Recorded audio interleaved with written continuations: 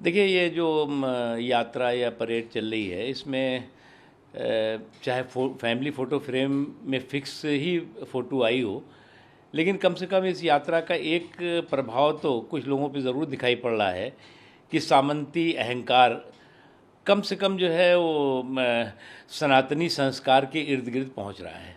उसकी सोच और समझ उनके दिमाग में आ रही है। 10-20 साल इस तरह की यात्रा करते रहे तो देश के गांव, गरीब, किसान, कमज़ोर तबकों और देश की संस्कृति और संस्कार को समझने में उन्हें आसानी होगी।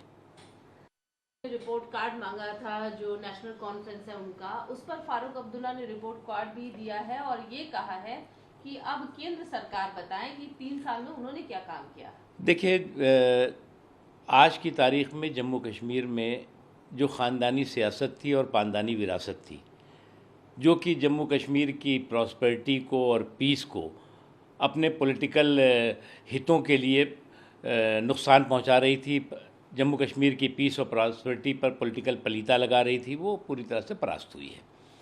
और आज जो है वो जम्मू कश्मीर के लोग जहाँ एक तरफ प्रोग्रेस के पार्टिसिपेशन कर रहे हैं, वहीं वहाँ के पॉलिटिकल प्रोसेस में भी पार्टिसिपेट कर रहे हैं, जो कि आज़ादी के बाद से आज तक तमाम ऐसी जगह थी जहाँ पर कि लोग पॉलिटिकल प्रोसेस में पार्टिसिपेट कर ही नहीं पाते थे। और ये केवल ख़ानदानी सियासत और पानदानी विरासत का नतीजा था।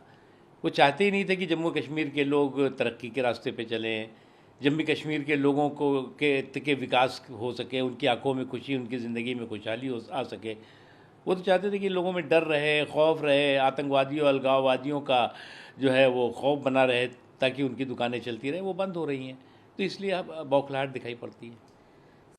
जा रहा है उन्हें फतवा जारी करने का, यहाँ पर धमकी दी जा रही है इसलिए क्योंकि उन्होंने दशहरे की बधाई। देखिए, जो इस तरह के ट्रोलर कंपनीज़ हैं ना, बेवकूफ़ लोग हैं, गधे लोग हैं, जिन्हें कि इतना नहीं समझ में आता कि इस देश की संस्कृति, इस देश का संस्कार, इस देश की अनेकता में एकता की ताकत क्या है। हमारे यहाँ सभी धर्मों के लोग रहते हैं, सभी धर्मों के त्यौहार मनाए जाते हैं, हम सब मिल के मनाते हैं। इन तरह के ट्रोलर से जो है वो ट्रोलर का सर्टिफिकेट थोड़ी चाहिए किसी को। कर्नाटका जो जुलूस निकल रहा था दशहरा का, और वो एकदम से एक मदरसे में जाते हैं और वहाँ पर हंगामा करते हैं, कोने में पूजा पाठ करते हैं। हालांकि उसके बाद पुलिस ने कुछ लोगों को गिरफ्तार भी किया है। इस घटनाक्रम को लेकर क्या देखिए, हम कहना चाहिए? पीस और उसके साथ ही साथ हारमोनी, शांति और सौहार्द हम सबकी सामूहिक रिस्पॉन्सिबिलिटी है, जिम्मेदारी है।